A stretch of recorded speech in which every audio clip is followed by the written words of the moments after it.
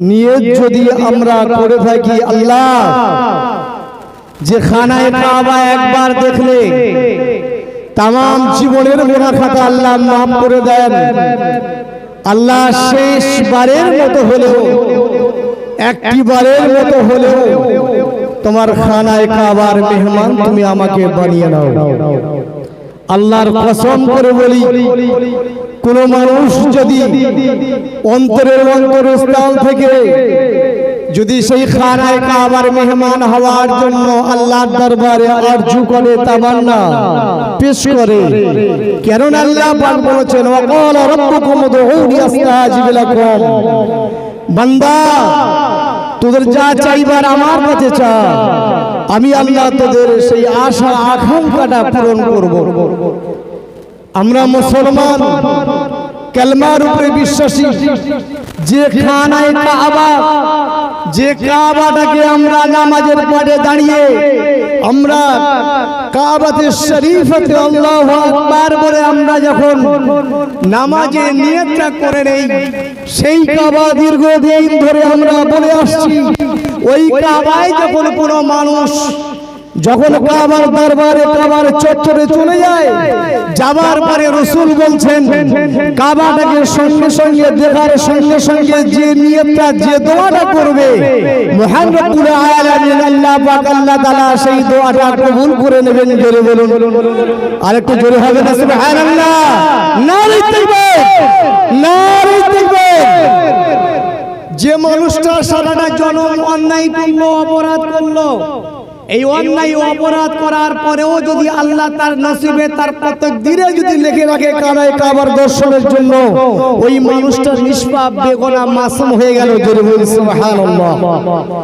লম্বা চওড়া বিশ্লেষণ, অনেক ঘটনা, অনেক সময়, অনেক কিছু আছে, দোয়ার অবকাশ নেই, এতটুকু বলতে চাই। হযরত মালিক দিনার রাহমাতুল্লাহ আলাইহি একজন কামালিয়ান মানুষ ছিলেন, ওলি মানুষ ছিলেন।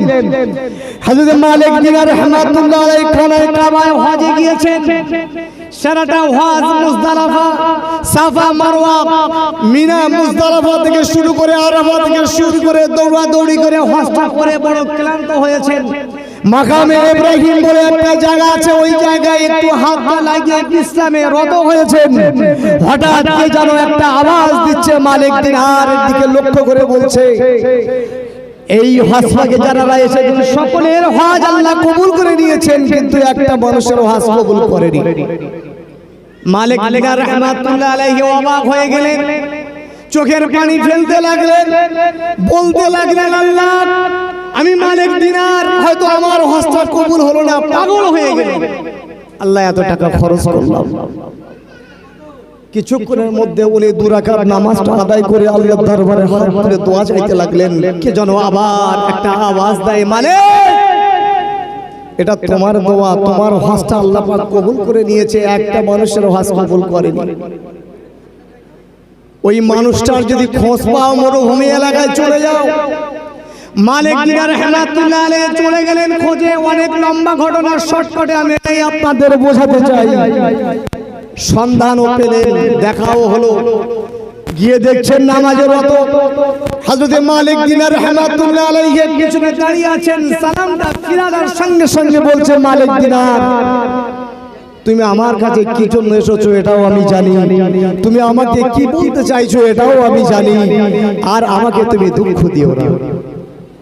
যে মানুষটা জানার বাড়ি হচ্ছে বাগদাদ শরীফে, সেই মানুষটার সঙ্গে যে মানুষটার কথা হচ্ছে সে মানুষটার আনাগোনা কিচ্ছু জানে না, নাম ধরে বলছে মালিক দিনার তুমি যেটা বলতে এসেছো আমি জানি। মালিক দিনার কাঁদতে শুরু করেছে, আল্লাহ এই মানুষের হজটা তুমি কবুল করোনি। খুব বোঝার বিষয়, একটুখানি বুঝে যাও।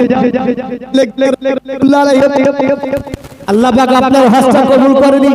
আপনি যখন আমার নাম ধরে ডেকেছেন নিশ্চয়ই আপনি সাধারণ মানুষ নন। উনি গায়ের যে কম্বলটা ছিল কম্বলটা ছেড়ে দিলেন। এই কম্বলটা ছেড়ে দেওয়ার পরে দেখতে পাচ্ছেন ডান হাতটা কাটা, গলায় শেকল পরা, পায়ে শেকলের বেড়ি, সারাটা দেহ শেকল দিয়ে বাঁধা, আর ওই অবস্থায় নামাজে হালাতে রত। আল্লাহ পাকের মাহবুব বান্দা মালিক দিনার রহমাতুল্লাহ আলাইহি চোখের পানি টপটপ করে ফেলে দিলেন। ও আল্লাহর প্রেমিক বান্দা, ও আল্লাহর মাহবুব বান্দা, আল্লাহ পাক আপনার ওয়াজটা এই জন্য কি কবুল করেন? আপনার এই হালাতটা কেন? ওই মানুষটা ওই সময় জবাব দিয়েছিল, এ মালিক দিনার শোনো, আমি মস্ত বড় শরাব পিনেওয়ালা ছিলাম, আমি বড় মদ করছিলাম, আমি জিনা করছিলাম, আমি আমার নিজের নফসের প্রতি এতটা অত্যাচার করেছি। অত্যাচার করার পরে রাত্রিতে মদ খেয়ে আমি ঘরে গেলাম, মার সঙ্গে আমার বচসা হলো, সহ্য না করতে পেরে তলোয়ার নিয়ে মায়ের গর্দনটা কেটে দিলাম, মাকে আমি মেরে দিলাম। মেরে দেওয়ার সঙ্গে সঙ্গে আমার একটা ধাক্কা লাগলো, হায়রে আফসোস, আমি মার প্রতি অত্যাচার করেছি, জুলুম করেছি, এই অন্যায়টা আল্লাহ পাক আমাকে ক্ষমা করবে।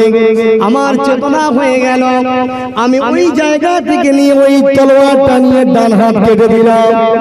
ডান হাতটা কেটে দেওয়ার পরে আমি মনে মনে ইরাদা করলাম, খানায়ে কাবার দিকে যদি কেউ দেখে, ওই খানায়ে কাবা দেখার পরে তার জীবনের গুনাহ খাতা মাফ হয়ে যায়।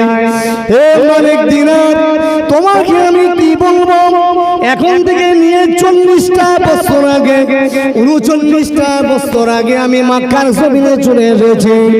এই 39টা বছর আমি হজ করি, এই মরুভূমি এলাকায় আমি পায়ে হাত সেগল দিয়ে আল্লাহর দরবারে শর্মিন্দা হয়ে যাই, লজ্জিত হয়ে যায়, তথাপি আল্লাহ পাক আমার দোয়াটা কবুল করে না। কথাটা ভালো করে বুঝবেন, অপরাধটুকু আমার মায়ের প্রতি অপরাধ। মাকে হত্যা করার কারণে আমি মনে করেছিলাম কাবাকে দেখার পরে হয়তো আমার মাফ হয়ে যাবে। মালিক দিনার ওই সময় বলেছিল, আপনার হজ আপনার পাক আল্লাহ কবুল করবেন না। এই কথাটা বলা মালিক দিনার ওই জায়গা থেকে 10টা কদম অগ্রসর হয়েছে।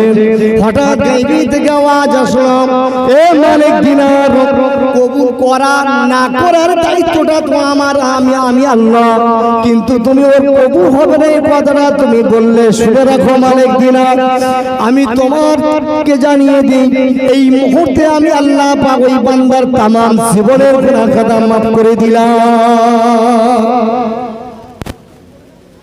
খানায়ে কাবার মেহমান, অনেক অনেক কথা আছে, ইনশাআল্লাহ সময় সাপেক্ষ। আরেকটা কথা বলি, খানায়ে কাবার গুরুত্ব অনেক আছে, অনেক মর্যাদা আল্লাহ রেখেছেন। রাসূলের দরবারে অনেক মেহমান, অনেক মর্যাদা রেখেছেন। ইয়ামিন থেকে একটা নওজওয়ান টাটকা যুবক ছেলে ইরাদা করেছে, আমি মদিনায় যাব, রাসূলের দরবারে রাসূলের সাক্ষাৎ না হওয়া পর্যন্ত আমি মদিনা থেকে আসবো না, আর মদিনায় আমার যেন কবরটা হয়। নিয়ত সাকসেসফুল, একেবারে নিয়ত করে নিয়েছে। চলে এসেছে মদিনার দরবারে, মদিনার রাসূলের দরবারে আশেপাশে ঘোরাঘুরি করে।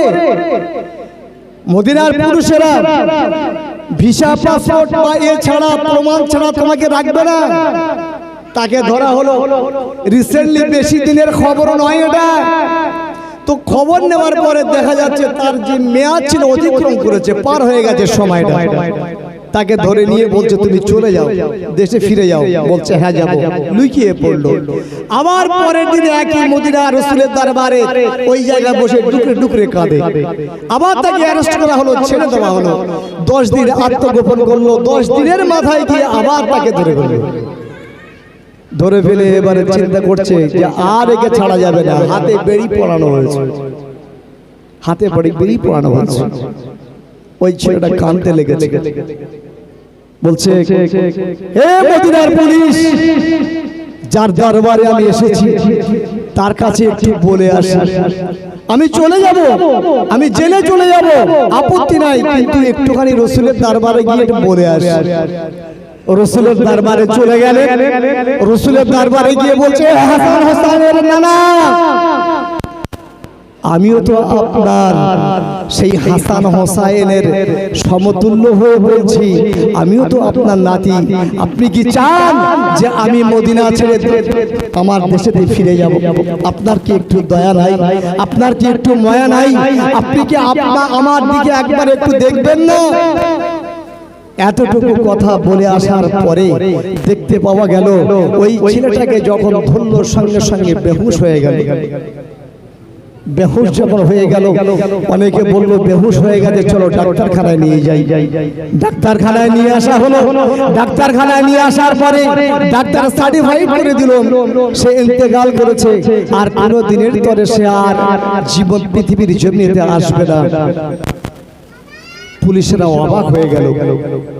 শেষমেশ ওই ছেলেটা জান্নাতুল বাকিতে মদিনা শরীফের জান্নাত কবরস্থানে তাকে দাফন করা হলো।